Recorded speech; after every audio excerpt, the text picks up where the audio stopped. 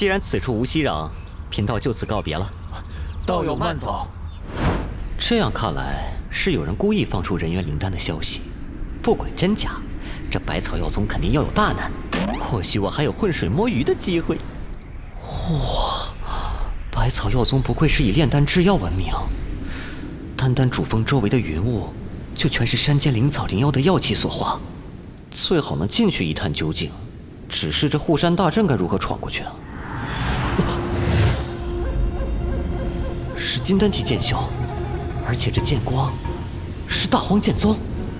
大荒无间典，大荒剑宗的镇门之宝，自荒古传承至今，历史悠久，有其独到之处。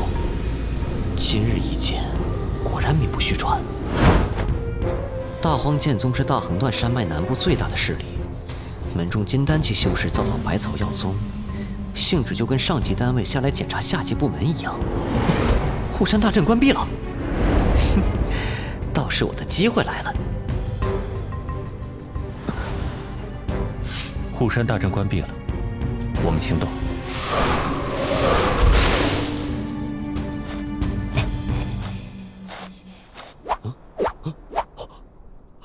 九曲天枝可制作绝大多数恢复法力的丹药，玄间血参，雷音大还丹的主材料，治疗血肉伤势有奇效。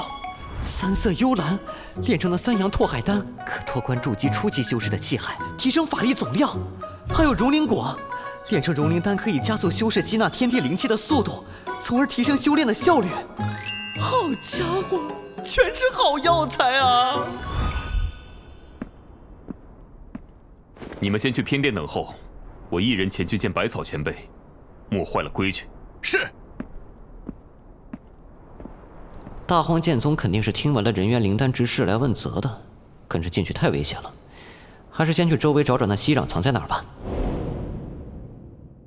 晚辈屈斌，见过百草前辈。屈斌，无需这么客气，我同你师父是近1000年的交情了。看来前辈又要炼出一炉好丹了。你来的正是时候，这炉都是些疗伤丹药，带一半回去给你师父。那倒不必，先说正事吧。我奉家师之命，特来询问人猿灵丹之事。现在外面可传得火热。啊！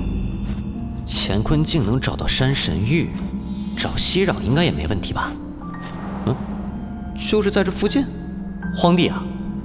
熙壤应该才被取走不久，必然是为了某种用途，该不会是为了人猿灵丹吧？如若真有此丹，而百草药宗弟子又不知道，说明百草老祖是为了隐瞒他们，隐秘炼制。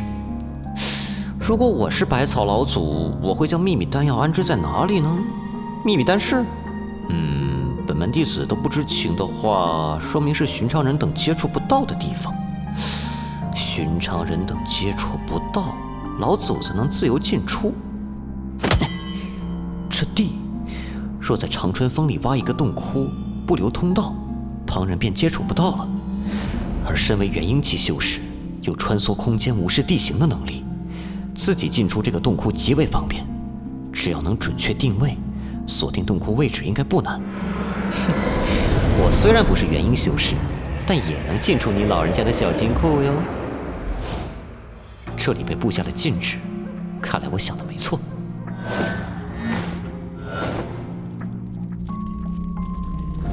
哼，这百草老祖手段还真不少，但你这可架不住挪移空间的我。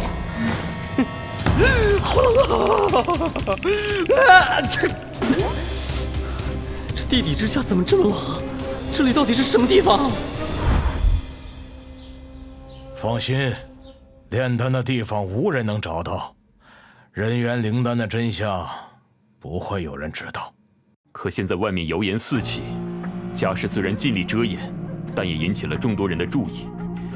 家师认为，要等风头过去。无需担心，这第2批人猿灵丹即将成熟，你先住下，之后带6成回去便是。可是老祖我说的话你还不信？我炼丹之处，非元婴不可达。此外，我还布下了层层禁制，有一丝风吹草动都能察觉。再说，这丹室最外围是一座千年冰山，只有瞬间融化才能破除禁制。何人有此神通啊？这么厚的冰层，用太阳真火恐怕会惊动主人呢。而且还不知道空间禁制，不能转移到墙对面。或许可以试试这东西。这东西遇热变冷，遇冷变热，应该能化开这冰墙。果然，化寒冰为赤焰，冰越冷它就越热。这小东西倒是包含了几分两仪颠倒逆转的玄妙。收。嘿嘿，如此多的禁制，我倒要看看你藏了多少宝贝。嘿嘿，哎，空的。怎么有股淡淡的药香？哦，每个大缸都有息壤，是熬药吗？我去，老子抗议！仙侠世界也玩生化危机啊！这丧心病狂的百草老贼，竟然用孩童炼药！这些孩童体内怎么好似有金丹期修士的金丹？这么小的年纪结金丹，怎么可能？连气海都没有开辟，也没有立灵台，体内灵气虽然无比充裕，但都是外界强行灌进去的，根本连修真者都算不上。可体内却存在一只丹鼎，丹鼎里还有一枚正在凝结中的金丹，当真怪异。我明白了，人元灵丹并非是丹药，而是这个孩子的整体。这个孩子就是那见鬼的人元灵丹，它既是孕育灵丹的炉鼎，也是灵丹本身。这顶多是虚鼎，原理有些像小不点族兄谋夺的至尊灵台。不过这的确能让筑基期修士提高结丹的几率。这里有起码30个孩童体内的虚鼎破碎了，他们会如何处置这些孩子呢？这些大瓮必定同百草老祖的心神紧密相连，不管是救人还是取息壤，都必然会惊动百草老祖。百草老祖，你好样的！现在我是救不走这些孩子，但我也绝不会让你称心如意的。有人靠近！